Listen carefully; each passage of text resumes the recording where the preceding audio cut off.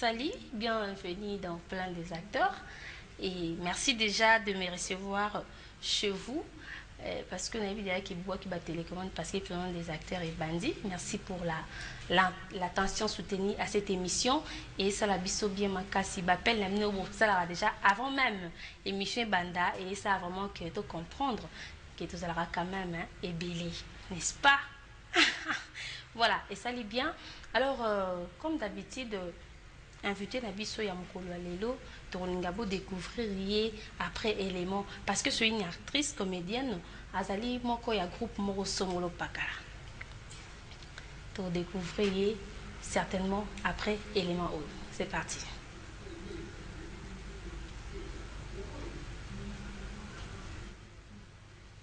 Congolais, t'es souci à donner belge long. En tout cas, oh Mariana, oh banane donc. S'il vous plaît. Oh yo couleur. Tu veux pas? Et ça le couteau. Cette chemise moko.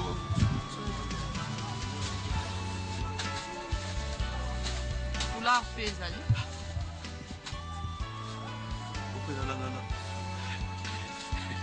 Maman. Excusez, on a eu quoi d'heureux. Sans arriver maintenant, on a évité. Maman a vu si aux allées au Licolo.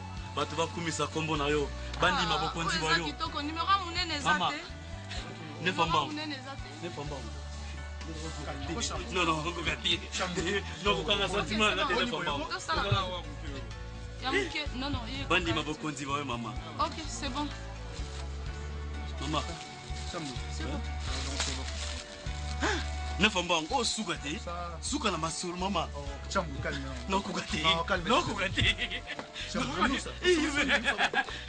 Maman, tika, bandi m'a beaucoup dit voyou. Hein? Maman biso zali likolo. Non, ne fais pas. Mais où va soudi? Mais où va soudi? Mais où tika va soudi? De où na suite fait, na tika na masuru ça. S'il vous plaît. Je suis pas faire ça, ni surtout comme ça, tu on a fait la reçu ma lit pendant la coin. Papa faut qu'on en porte. Et pas si la reçu vitamine, là maman on a Pour comprendre déjà, alors qui est actrice comédienne, oui, déjà que ils allaient ceux qui ils allaient nani, ils allaient pour une mission surtout il y a combo ya Élise. Bon après-midi. Bien. Ça va? Qui tourne on a plein de la tête de côte Sarah na bemba la mort là où est la planète na bino donc il faut au quota. Alors Élise c'est ça combo na yo il y a scène to combo vraiment ka yanda et on peut jouer là. Élise c'est ça combo na Élise donc Élise et nous na Elisabeth et moi non ngai poste non anglais à Elisabeth prénom anglais à Élise donc Élise moi ça combo na et ça scène de ça combo na yanda et on joue en tout cas. Alors, au Banda Carrière depuis 2007, la télévision dans l'histoire, un peu longue histoire. Mais, dans la retraite, dans l'église, il y a maman Régine Gambla, qui j'aime beaucoup, maman, bisous maman. Et dans la retraite, dans l'immeuble de Moko, à moi juste pour la prière. Dans la retraite, dans la qui, groupe évangéliste. On a pas un groupe évangéliste, qui déjà, maman, Marie-Hélène, Idiette, tu vas équiper dans le côté retraite, pour aller côté qui pour la moussala na bango. Et puis tout le temps na bango, apôtre Gérard Ngono intéressé naï, à voilà. Donc yo dans la escam so kenda temba la moko ka groupe de réveil. Non, na kota ni pas, na banda na réveil. Okenda no makamba lo sambo. Ozara no commercialiste. Mbala moko. Ozara no commercialiste bato uti no koti no retraite na cadre ka ya Rosambela. Mbala moko ba koti na couple réveil. Bon, ngana lo bango ezaki destin comme Oyanzambe, Ezaka Yanzambe, ou Ezaka Kobomba, Ezaka Yanzambe, Otomona Kera Ebiso. Comme Ezala destin de Jacques, un jour dans salle théâtre, Yangwana na kutana ki na porte mo sala Nzambe et puis na kutana na homme la kutana ki na moto a mérité double honneur, double nyonso ça mi balé. Ye moto apesa ki ngai posa wana et na mona ki eza bien. Alors, et ça là qui combien de temps pour au côté les rêves batia que mbala moko to besoin qui quand même un certain temps bala ki sayo pour yeba ki no msala monter. Oui, les gens qui tombent, oui, les gens qui tombent, moi, parce qu'on n'avait pas quitté, dans la théâtre, et c'est comme côté, même caméra, en tout cas, non, pour la caméra, donc, par les poissons, les gens qui n'a réveillé dans la Kisakinga. Donc, voilà. Moi, au Banga, moi, 6 mois, moi, 3 mois, il y a formation. 6 mois, les cas qui est qui est 6 mois, il faut quitter. 6 mois, il faut quitter parce qu'on a vraiment un formateur, il y a ma casse. Il y a qui Guette côté naïe, maman Hélène côté naïe. On est surtout Miss pas Elisabeth Salou et Simba qui. Et Simba Mbamako. Oui. Alors, première pièce au Jouaka. La première pièce où tu vas découvrir Pinda Yona Elise. Montona Mafuta. Waouh! Première pièce où tu vas découvrir yo. Et c'est la pièce. En tout cas, pièce à l'émotion dans ça là, et ça qui ignorance tue. On a presque pièce noire liboso ya vie. Liboso ya vie. Et si mamba la moko dans na yebana soki nga na yebana soki na kota na kati ya mitema ya bato ezala ki na ignorance. Donc pièce à liboso on a sala. Aux alaka petite sœur ya Marie-Hélène. Ya maman Marie-Hélène oui. On a 2007. 2007 oui. OK. Alors tu remarques tu sois comme nous là aujourd'hui ma principalité ça dire quoi? Enfant chéri kaka ya maman to yeba musala kaka nde sali ke na casting ezala kaka yo témoin no ya boto Simon na yo kaka maman soka lobi koma a ta mususu a ngwa ko koma na mwa ko tengama meza a na zo ka principal pour na enfant chéri te et mutu pa koma ka enfant chéri mutu ta mutu azomona même na banda ko to za rapena baleki mususu neti ngane na za boye talaka leki na dress ta mutu iko za bina biye boye just kendinga no lando. Et parce que ça m'a moi boto si makasi à tout saka. Donc et moi ça là que muta comme chérie à mutu na temps wana. Parce que zoto ça, ozo sala oyo bazotinda yo. Na comme na za penza enfant chérie te. Ne nazali mono maman Marie-Hélène alingaka. Donc c'est ça. Voilà, pour signaler que la ligne Botuna, Elisa Dali Moko, il y a groupe Les Réveils, il y a Marie-Hélène Ndaya. Lota. Marie-Hélène Lota. Oyo. Alors, balobi que on salle à théâtre, ça ne paye pas trop. Et côté m'soufi balobi que non, et ça me salle mon étika, ce qui est simbi na mote, et que ça na corpulence na yo, et que ça télémi qui au moins c'est salaka. Ok, non côté malamon quoi. Na biso le komoko biso to recruter combien de fois? Bayaka bakendaka. Pourquoi? Parce que théâtre est qui musalo yo moni qui simbité o que nous pour la tisraelo comme on voit que nous ça on aura serre ndega milika embalo ba ça on aura serre opposant la corpulence posant non théâtre est musala bato mayele théâtre est pour n'importe qui parce que là d'abord c'est l'esprit. On se comprend. Et là, on nous sommes allés à l'esprit, il faut bosser dur pour comme les locaux, batu balingaka. Pour ningisa batu, donc il faut que tu aies 4 amitiés, c'est pas facile. Donc, mon tour, zoba jamais que tu aies 4 amitiés, donc, ils ont musala batu à maïle, et ils ont musala batu à pas pambate, ils ont musala batu à minimiser. Non, bien sûr, musala toujours ça les arts publics, mais bis tous arts publics, tu n'es pas Elisabeth Salou dans la public, donc musala nanga des arts publics. Mais ngai moko na publicité. Non, pena maman, une grande sœur, il y a famille. Naza ndako, naza batu na dirijaka, naza na batu na lobaka pe ba yokingai et nakoki jamais ko abuser parce que nazo les canaux télévision parce que télévision ezambeli ya mino mibale. Voilà. Alors toujours signaler déjà na ba téléspectateurs, ba acteur na biso to yambaka. Ah, ba comédien na bino oyo bolingaka, bazaka na double vie. Au premier, ils ont la personne et puis il y a un personnage. Tu me un peu éclaircir, tu comprends pas ça va bien. Pas tu vas comprendre vraiment. Ce qui m'ont dit, bon excusez-moi pour la mon expression là, mon peut-être il a pas string des hommes dans la scène. Il ko lobate que ya ngone za vie na ye oyo ya libanda. Ozolanda. Donc vie on les amis balé kaningo choloba. Lelo naza Elise wana ya code 22 et lobi naza Elise Salomo ya ndako na biso. Maman côté na code 22. Alors rôle nini pena oso ba pesio au ça non parce que ça musala na yo mena kati no bi. En tout cas ndenge balakisanga on atangela ngo kelasi te. Ndenge balakisanga yi baloba nanga que na musala nanga na ko boya rôle te. Rôle nyonso na musala et puis nyonso na musala na taper fort. Ah oui. Nazoloba na développer ma classe parce que na sur nanga. Et maman Marie-Hélène passe à la sur nanga. Donc ba peso koko, ba peso maman, ba peso jeune fille, ba peso élève, étudiante. Nyonso parce que na sala déjà moi na classe.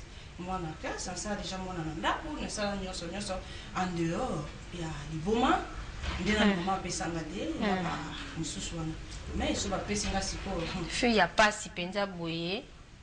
Il fallait na CD nango titre nango votre majesté sa majesté film wana na lelisa ba cameraman na lelisa tout le monde na kati ya salle na bato bandi ko surveiller monde na ba flat ba pesa biso il y a de bateaux ba surveiller ka na mutu azo surveiller leli abimi libanda ko quitter parce que na lelisa bato na pola na mukongo no bima bankusu et moi na bima libanda ezate wana ngana petite sœur na Joyce que j'aime tellement donc tozaki nga na ye na rôle wana tozolela biso mbale pasi elikinga makasi mwana kima eza te donc nalelisa bato mpona kolelisa nde mpona yo mpona dona. Alors Elise trop na bakindoki trop na mwa kindoki mwa mingi et puis osango mwa bien eza diani ngozolobela ngo na ba fier nyonso na ba trop nyonso. Mais non eza non na kize ote na lobika kino to découvrir mingi na ba rôle ba kindoki maman mon netka yo nde mtu fosa la mo pesa bien. Ah bon ya on a otiko loba mwana ya mayele akomaka enfant chéri ya papa to ya maman tant na yo kaka maman na ngalo Elise moni rôle lion do sala ayebi déjà Elise le kwana en taper fort les abonnés parce que la joie qui la joie moi mingi la joie pe moko to bando bino be kai oui wana pene bando bang sa bato mona pena mutaye Elise ba kai wana oh na TV. Voilà. Voilà, tozongela dans une liste se fait moukier pour ça là bien. J'aimerais parler le même langage avec Savent, Vincent et Banda et tous les éléments Elise pour ça bien. C'est parti.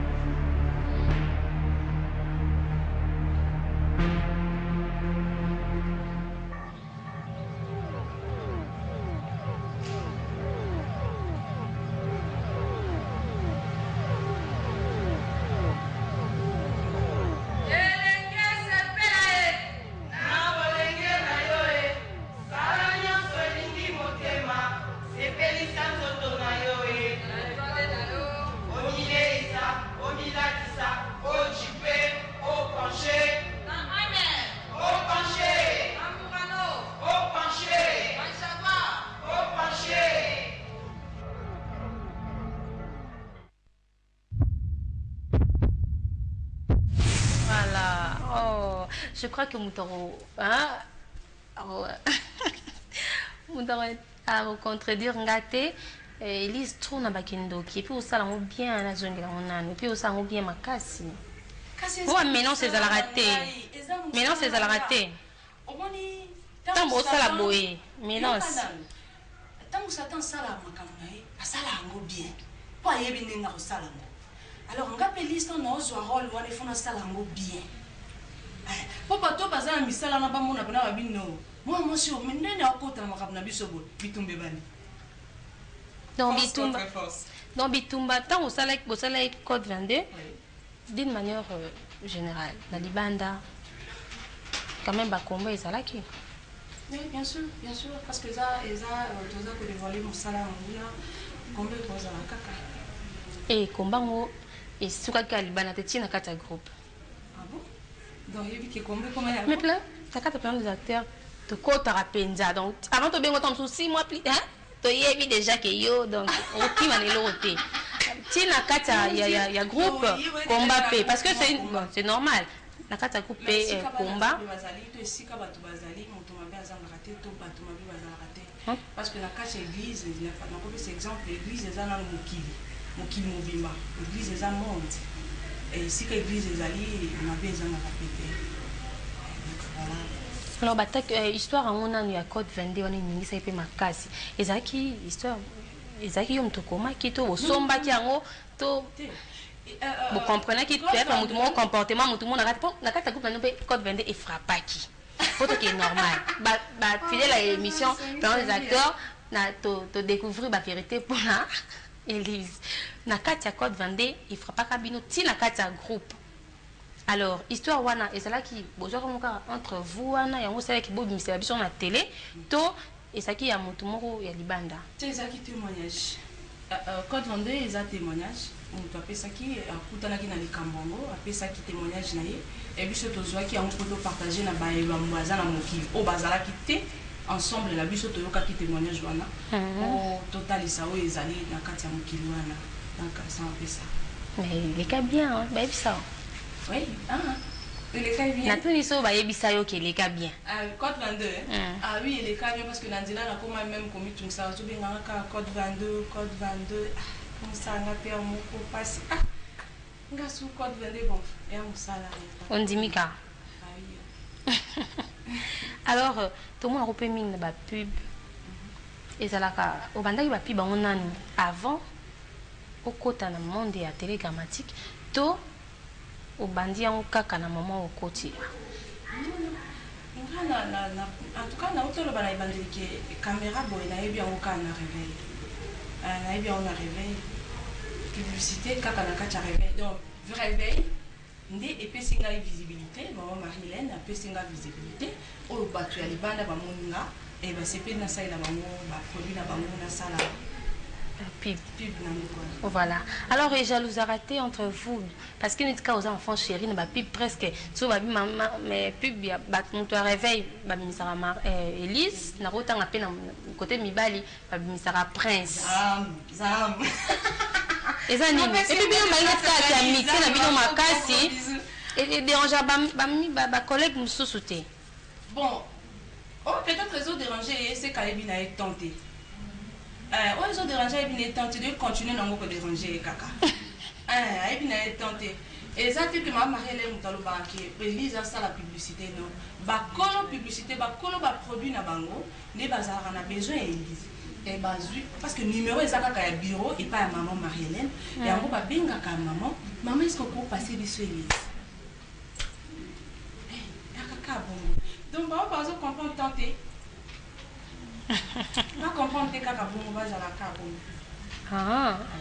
Voilà, est-ce que déjà qu'on peut être Babengi Élise, mais Moutoumoussou sont des tika. Tout est comme jalousie parce que tu as qui pénal la carte, tu comprends que Babengi Élise c'est comme au Songolo, mais va découvrir Moutoumoussou. Ah, mais si comme Moutoumoussou à Koutalana, il va comme parce que ça qui t'en a été. Ça qui n'a autant a été. Tant Babengi Ngai. Muntu moko boye aye apimisi muntu mususu etango akomi kuna yindela ivango makasi mère pena tomboka mabi umba siri kaka abi na za besoin Élise boye linga kuna sana kuna ana ngande kana besoin Elise e ba benga kinga ina yepi na saki na yeba kipeti na komi na ngaka kamera lobi me kala nyoso saki wapi na kona comprendre kala nyoso Elise bon pesa Elise bon pesa la bon pour na mère comme mère na mona na Elise mama bi ombala Elise na ye ya comme agité bon pesa Elise bon wana mamona le ki apone ko yeba ngapi fela ba bisana kala na sala wana lole sonia so oh oui Comment vous êtes, pardon? Alors, Elise, moi, na banzonzingi, mon aroté. To sonde, to côté, sur mon total, et te comprendre que je na banzonzingi penzate. Non, ça va. Ils ont dit à quoi? Ba solliciter à ôter, to qui n'a sollicité, ba producteur te, to na les réveil, ba boy rabine bo sala banzonzingi. Na kenda na ko solliciter ba la fille de mon la sala ka producteur a mon ngai na télévision na zo jouer na tableau na mamoko na zo jouer avec qui na mamotion et donc quand on a kenda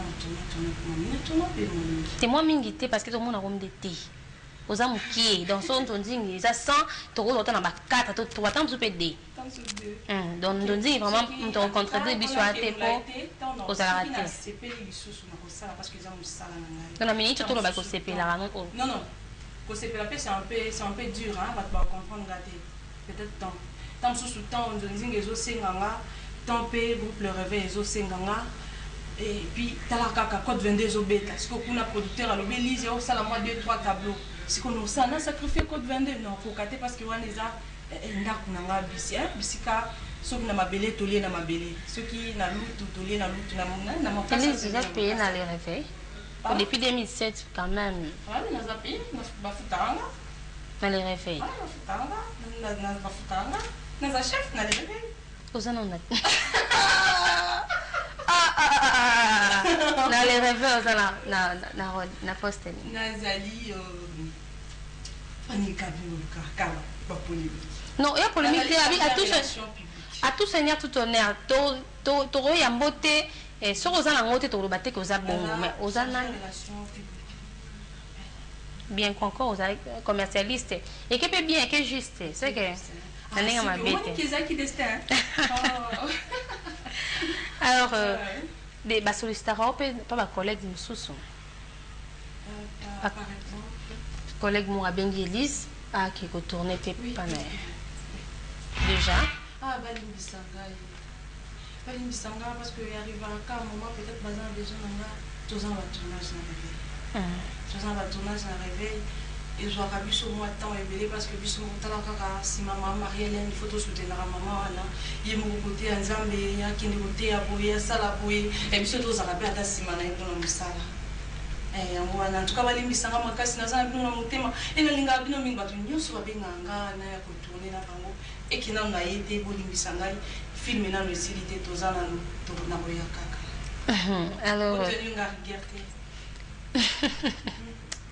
alors déjà dans le spectacle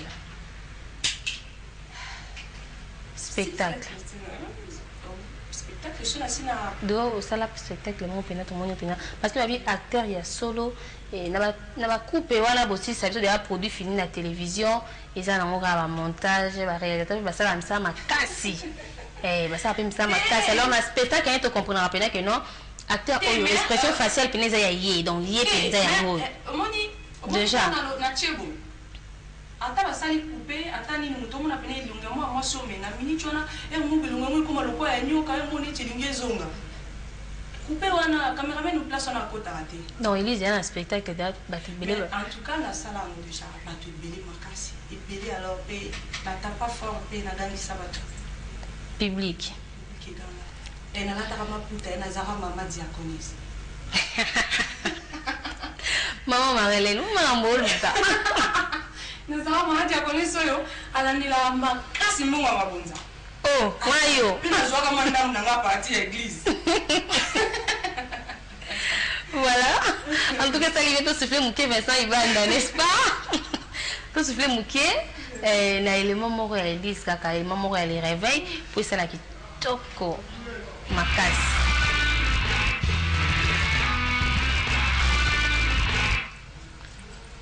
Voilà, bah oui, stratégie pour comprendre, regarde, ça lit bien ma cassie, tout ça on a Elisa. Donc, alors Elise, qu'est-ce que l'on yo kaka bat baloba pona yo? Comme quoi? Non, toi bat non mokili. Il on est vraiment kaka bat baloba pona yo. Ah, Elise moi malamu. Ah. Elise moi ça là, moi malamu, mon na raté. Est-ce que votre posa que bila ça raté? Ah, moi sur na ina za na raté. Moi ni boza la ko Elise té. Ah, ndi bat baloba. Ça la net Elise. Eh, o mone na nzela te ya kesomba kwanga na point. Oza la net Elise. So ina somba kwanga kina gambela, asombi atina sake kina ndava kili na ndava. Elise moi malamu. Est-ce que déjà, Oyoka va traiter d'une fille orgueilleuse, trop fière, trop discret, déjà? Tenga na otuna, yo ndo pesa répondre. Otuna na suka na dehors à caméra, en dehors à caméra. Déjà Oyoka. Mbali poso sur na téléphone. Oyoka Elisa so ndeli. Ouais, ça en 2004, non, il va sauter. Quand même, Oyoka, non, quand même, Oyoka déjà. Bon, orgueilleuse, c'est un peu compliqué parce que tu vas traiter à tout cas dans la musique, on dit que moi je suis mort, des années, mais ils ont vraiment parce que moi, avantage à moulay, c'est moi, moi, il est parce que toi, mon a beau à l'objet, tu es ça. Allo a une émission. Allo a une émission. Azo, ma yebingate. Apusa na tete. Azo tato ya kopusa na ngate. Mais tant on va tout passer la pembe na nga ni Karine ma tante. Ma copine chérie donc wana na loba boy. Na tango akala. Ce qui se totali bien. Azala na famille na biso. Oh. Parce que te soki pena totelemi boboloba te bino pale bakala mino papa mo mama moko boza bande naza copine nanga ayebinga bien ye pena ayebinga bien le so mutu ana posa oyebanga ke pa Karine na tanto ayebisa ekino moi je te komi kitso wala. Et ça dit bien, voilà, le vie, avant vraiment juger mon tout. Elle dit, mais d'avoir un message, faut pousser en arrière, et ça la bien, pour le musique, et ça la mabé ma casse, et ça la mabé, ça la ritourté. Alors, on a le bain de nous déjà. Critique, ça va bien, oui. Et ça la bien. Critique, ça va bien, parce que tu as le bain, je vais nous organiser ma casse. Quoi, pied? Pour lui qui n'a pas la vie sur la critique, et ici, pose à la paix, mon tour. On dit ma critique quand même. Pour découvrir un autre comme il y a plein de surprises en tout cas. Alors rentrons du côté à Vincent Ibanda. Tous avons nos éléments pour ça qui toko, pour ça qui toko ma casse. C'est parti.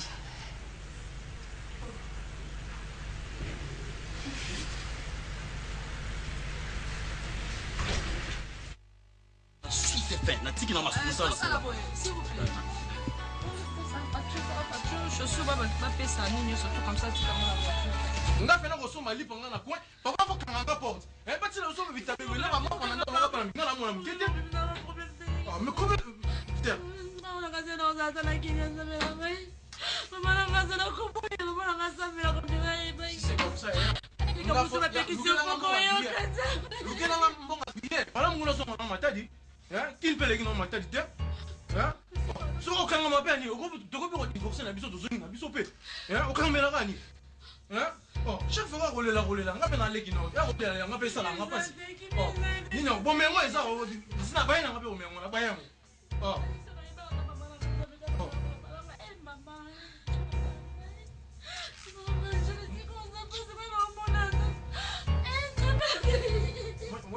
moni nga so esanga mpe bien te nakomana kana makasi kutu papa ndenge azanga na obanga ete po so ozwi mpezaki kofi nanga papa na kosiporta yango te oyiko na obeta ye nga na obeta sa kosimbanga te nanga monte kosimba te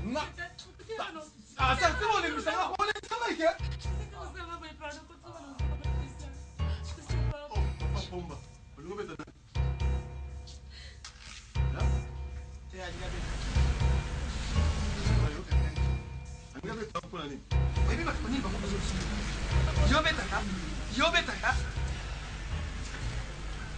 Voilà, et ça lit bien, hein? Et ça qui tombe ma casse et découvrir les sous les réveils na code 22. Alors Elise, Bah, moment fort la carrière, non, parce que depuis 2007, style et l'eau, c'est pas facile, hein. Moment fort, tu vois. En tout cas, on a un moment fort, on a et on a changé de main. Sabe. Depuis, il va à Sunganga. Moment fort, nous avons changé. Quand on est là, on a un moment tournage.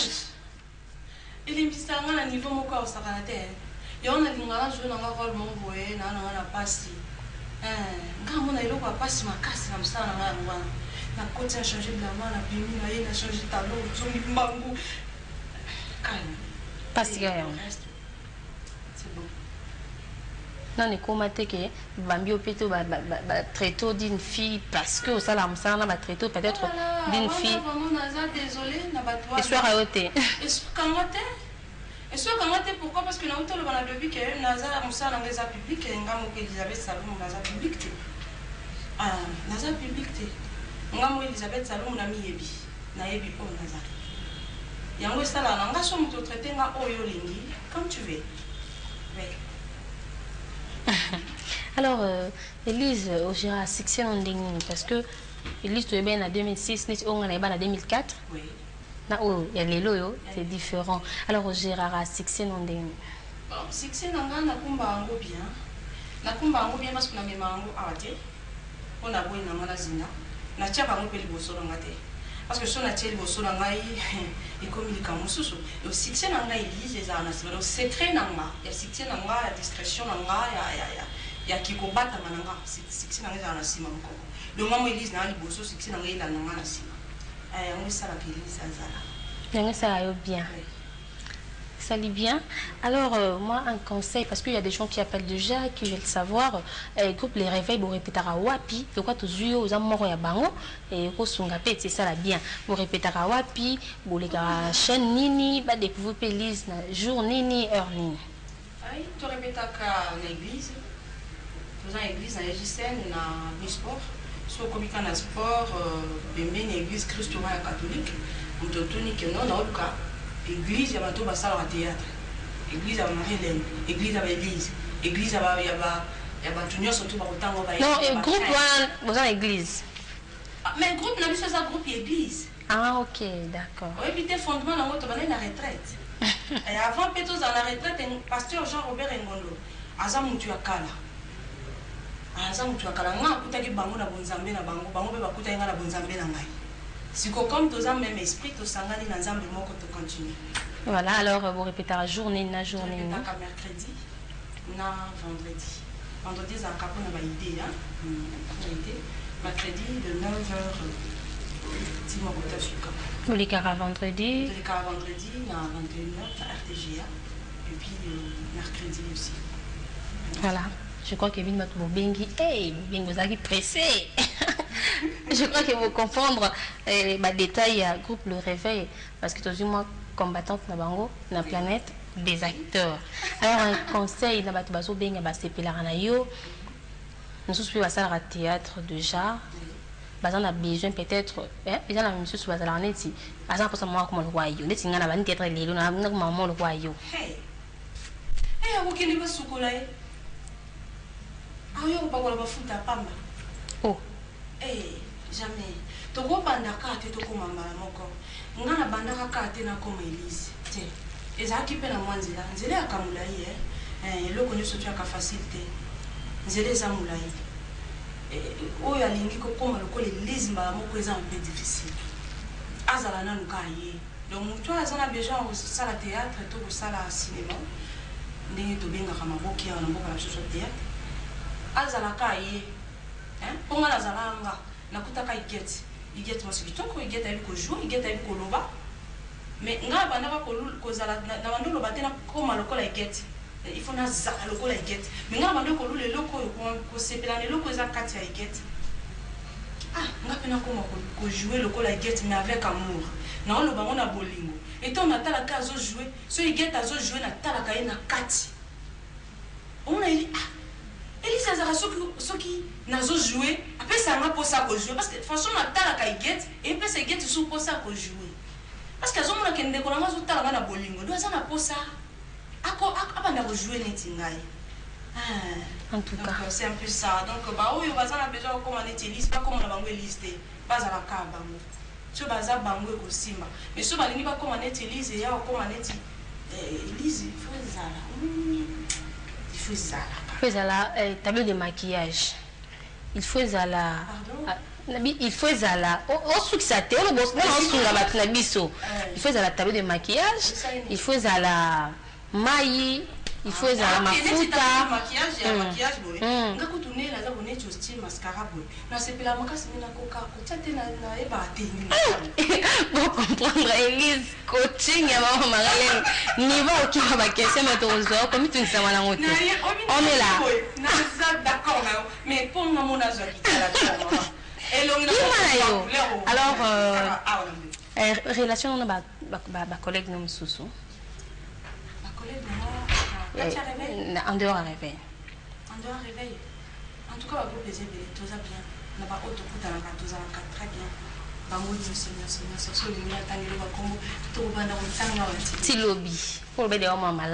Alors, tout comme la dernière partie de l'émission Abisso, ils allaient rubrique il y a vrai ou faux.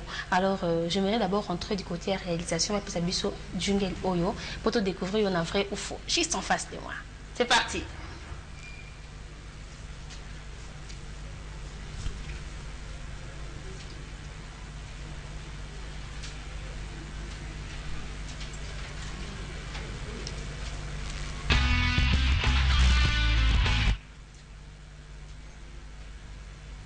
Voilà. Vrai ou faux, Élise mariée? Vrai ou faux, mère de 4 enfants? Vrai ou faux, née le 19 septembre? Vrai ou faux? Vrai ou faux? Vrai ou faux, vous êtes de Maniema? Vrai ou faux, actrice du groupe Simba? Non, faux. Vrai ou faux, votre télé-réalité préférée de Voice? La musique. Vrai ou faux, vous, Élise à Chosaka, 41. Vrai. Vrai ou faux, votre couleur préférée, c'est la couleur noire? Oui, bien sûr, noir. Oui. Merci beaucoup. Et salut bien ma cassie. Et c'est un problème de la tête parce que vous êtes habillé aussi dans votre couleur préférée, dans 4 planètes des acteurs. Alors, m'impressionne par rapport à l'émission, non? Planète des acteurs. Réponse dans la planète des acteurs. Alors, votre dernier mot, moi, quelques salutations, on a battu bataille pour m'appeler les quotidiens. Ça va? En tout cas, Olobi. Question sur quoi tu veux? Votre dernier mot public, tu as noté, maman? Dernier mot dans le public, tellement. Ma dédicace? Bino, ça là, qui est l'église Nazara. Donc, sans bino, pas moi. Pas moi.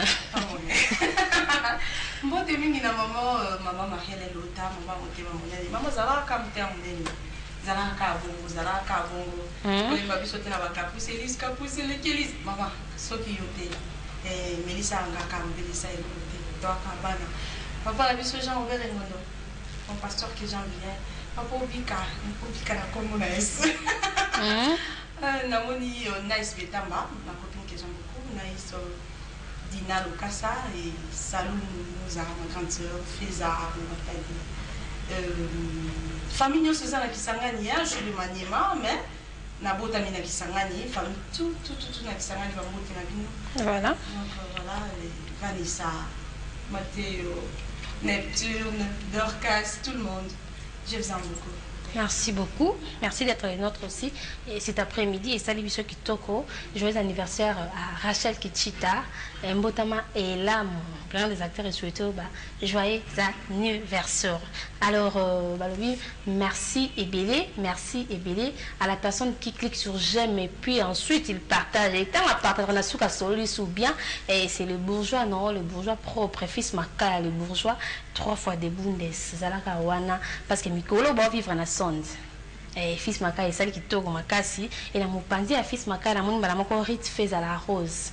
Zaza na boujara, pour ça la bien. Nathan light. Voilà, Nathan light. Depuis bunde, c'est pourquoi pas bienvenue Yogo. Célestine Faustina, le Benjamin de la grande famille Makaya. Alaris Mbala, appelle Nabino. Et ça, les biso bien va, maestro double revolver. Na bengo, nani.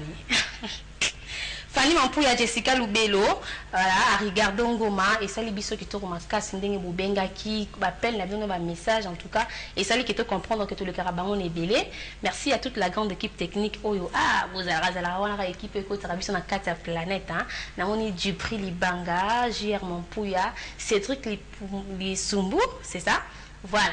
Et aussi, celui qui met tout le monde, il y a au Téléma, l'empereur de Onembara, donc celui qui met tout le monde debout, et aussi Freddy Louton en Manzara Lyon, et au patron de cette émission qui est les réalisateurs, tout seigneur, tout honneur, Vincent Ibanda, les patrons de cette émission.